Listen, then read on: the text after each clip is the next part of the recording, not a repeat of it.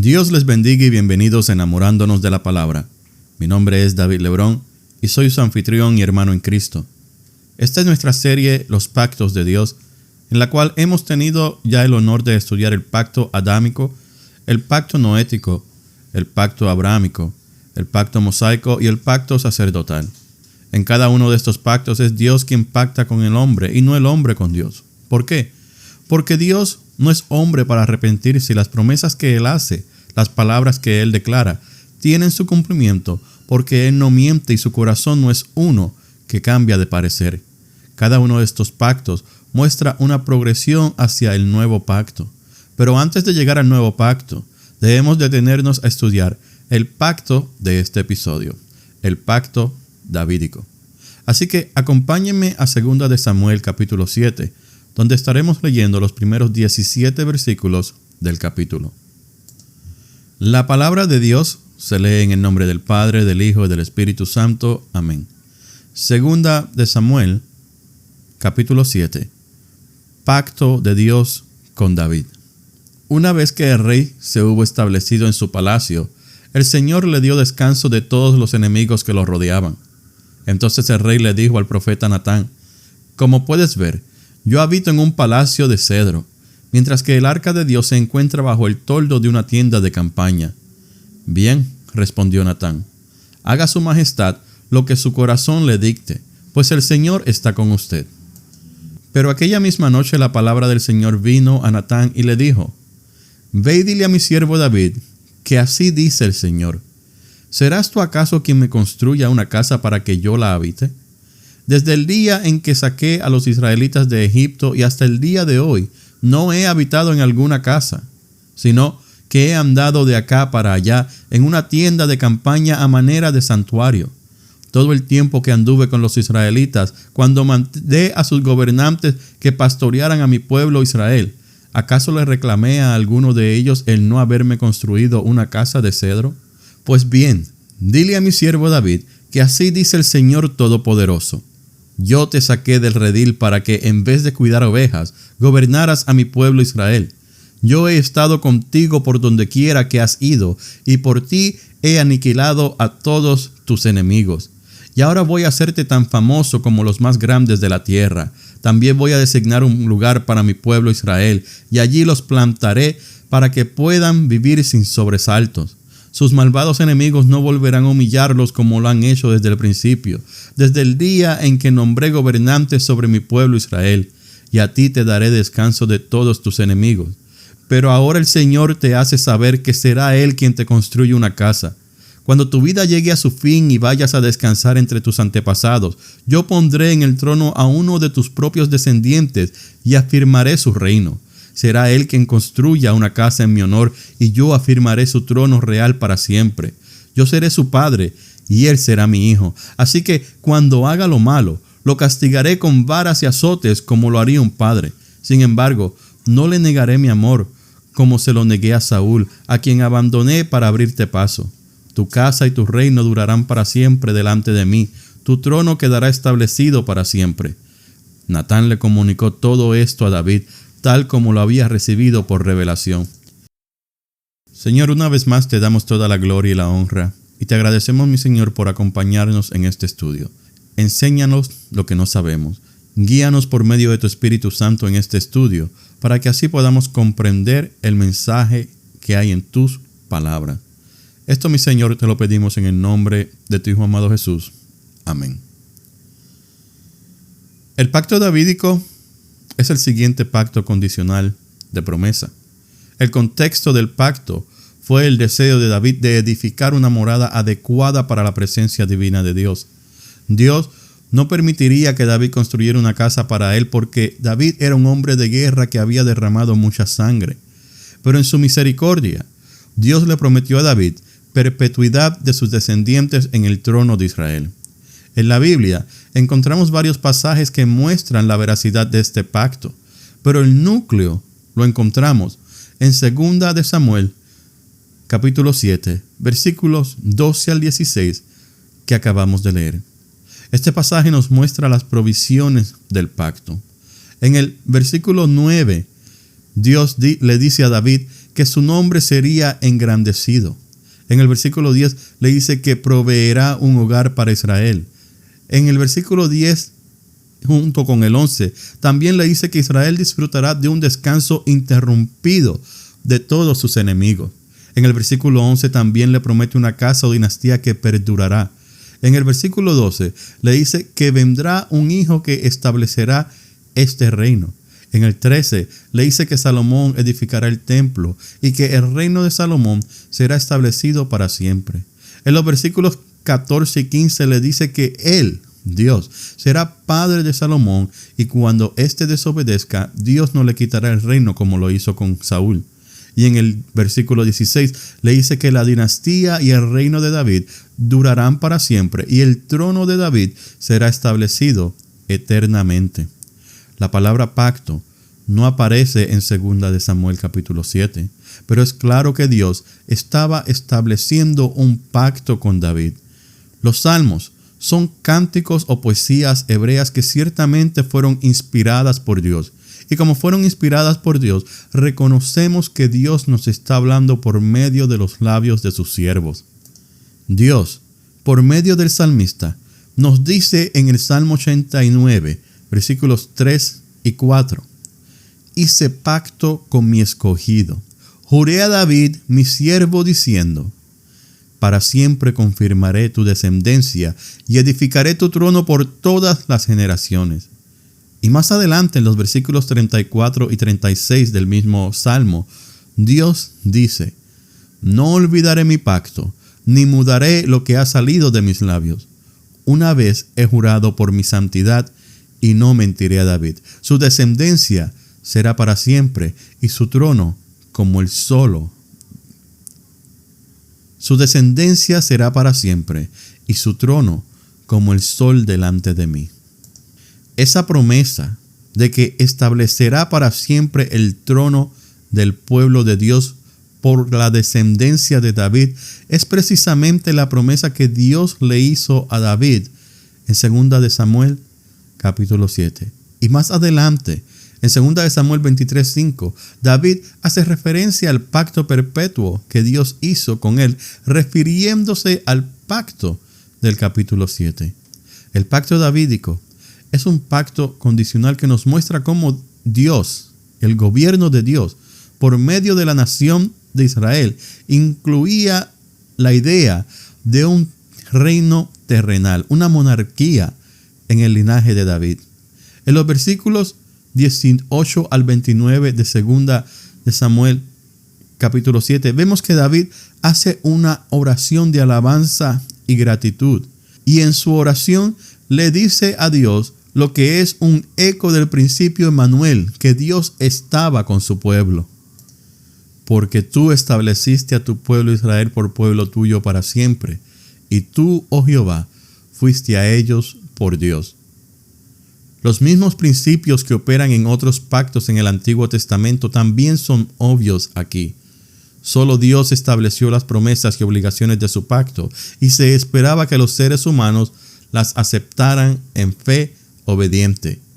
En este pacto, Dios hace una promesa inmediata de que establecería el reino de Salomón, el hijo de David, y que él sería quien construiría una casa para Jehová, es decir, el templo. Pero la promesa de Dios de que la casa o dinastía de David perduraría para siempre sobre los israelitas estaba condicionada a la fiel obediencia de David y sus descendientes.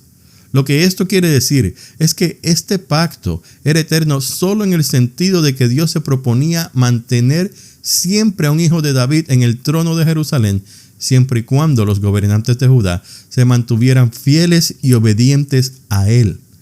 El rol de David y los reyes que le siguieron era el de siervos del pacto con Jehová.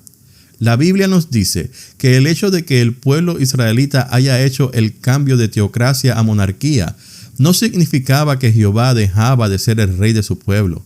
Más bien, los reyes, en especial David y sus descendientes que tomarían el cetro, eran virreyes y su soberanía era solo una expresión de la voluntad soberana de Dios. El rey israelita no tenía autoridad absoluta sobre los asuntos del pueblo. Su gobierno siempre estaría subordinado a la Torá, que es la ley mosaica, y a la voluntad de Dios revelada por medio de los profetas. Porque Dios siempre enviaba profetas a hablarle a los reyes en su nombre. Esto es notable en los ministerios de los profetas Natán, Elías, Isaías y Jeremías. Durante los próximos 4 siglos, el linaje permaneció ininterrumpido en el trono de Judá. Pero cuando los reyes de Judá, en particular Manasés y los que reinaron después del rey Josías, constantemente se rebelaron contra Dios al adorar ídolos y desobedecer su ley, Dios finalmente destruyó el trono. Dios permitió que el rey Nabucodonosor de Babilonia invadiera la tierra de Judá, sitiara la ciudad de Jerusalén y finalmente destruyese la ciudad con su templo. El pueblo de Dios estaba ahora, por primera vez desde su estadía en Egipto, bajo el dominio de gobernantes extranjeros. David quizás no entiende el significado total de estas promesas que Dios ha hecho en su pacto, pero en su oración David dice las siguientes palabras, según la traducción Nueva Versión Internacional. Como si esto fuera poco, Señor y Dios, también has hecho promesas a este siervo tuyo en cuanto al futuro de su dinastía. Tal es tu plan para con los hombres, Señor y Dios. El término utilizado aquí para la palabra plan se está refiriendo a la ley. Así que la frase puede traducirse como ley para la humanidad. Así que el versículo termina diciendo, tal es tu ley para con los hombres, Señor y Dios. Lo que esto significa es que el pacto davídico tendrá un impacto positivo en los gentiles, los pueblos que no son judíos, y reafirmará la promesa del pacto abrahámico respecto a que las bendiciones de Dios incluirán a los gentiles. Luego David, en el capítulo 23 del segundo libro de Samuel, en lo que la Biblia encabeza como últimas palabras de David, vemos que David expresa lo siguiente: habrá un justo que gobierne entre los hombres, que gobierne en el temor de Dios. Será como la luz de la mañana, como el resplandor del sol en una mañana sin nubes, como la lluvia que hace brotar la hierba de la tierra. ¿De quién nos habla David? Ciertamente no nos habla de Salomón. Ciertamente no nos habla de ninguno de sus descendientes inmediatos. David habla de un descendiente que nacería unos 1000 años después. Su nombre es Jesús. Cuando llegamos al Nuevo Testamento, Jesús se manifiesta como el supremo Hijo de Dios.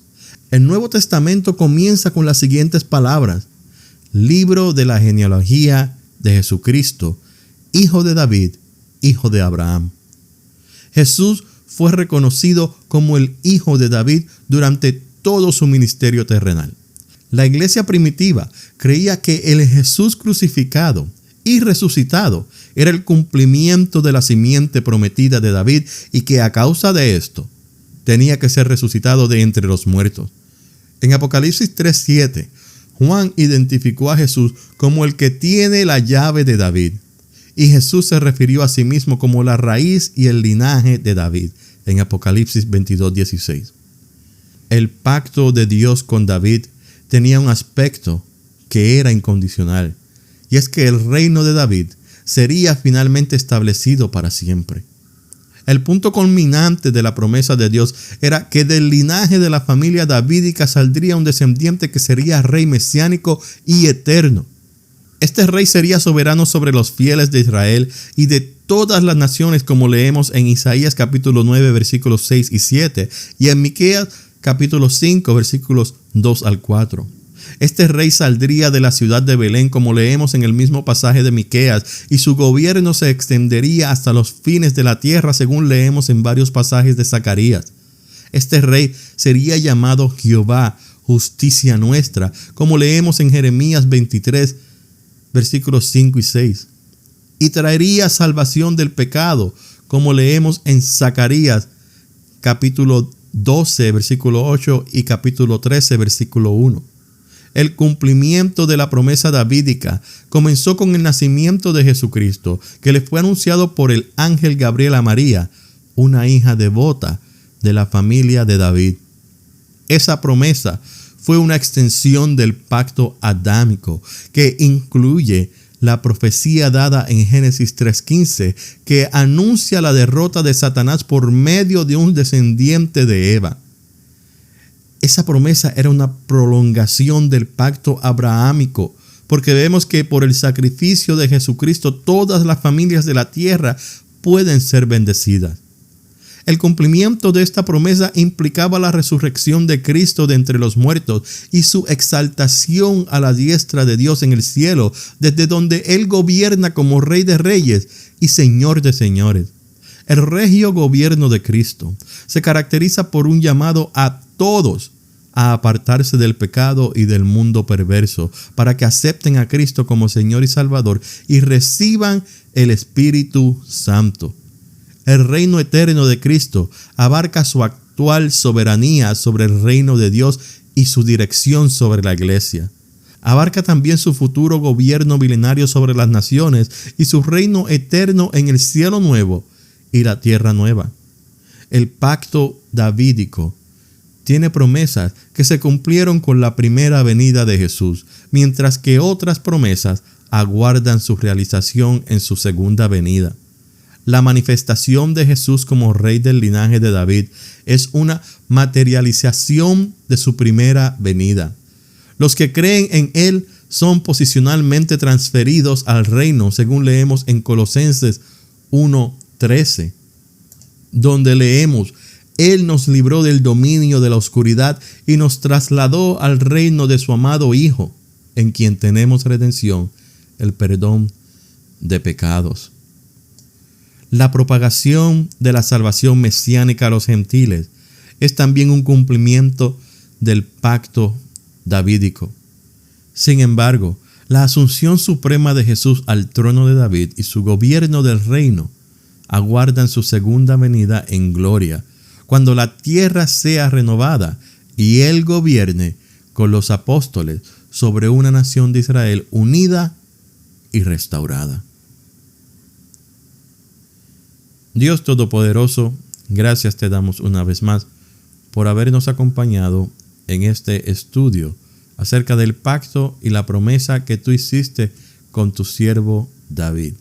Señor, gracias por siempre proveer la manera para que nosotros como humanos podamos ser reconciliados contigo.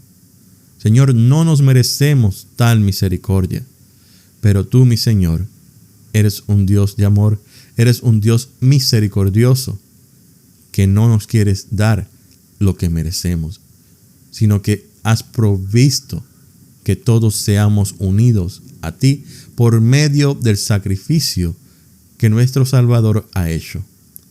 Gracias, Señor, por ser nuestro Rey, por ser nuestro Salvador, por ser ese alguien a quien cada uno de nosotros debemos agradecer constantemente, llevando una vida que te agrade en santidad.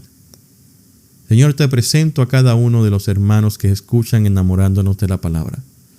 Bendícelos grandemente a cada uno de ellos, engrandece su ministerio.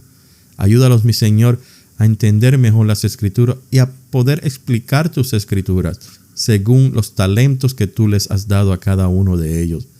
Señor, bendice a cada uno de los oyentes de enamorándonos de la palabra que aún no te conocen. Señor, toca sus corazones y permite, mi Señor, que te acepten como su único y exclusivo Salvador. Todo esto, mi Señor, te lo presentamos a ti en el nombre de tu Hijo amado Jesús. Amén. Gracias por escuchar enamorándonos de la palabra.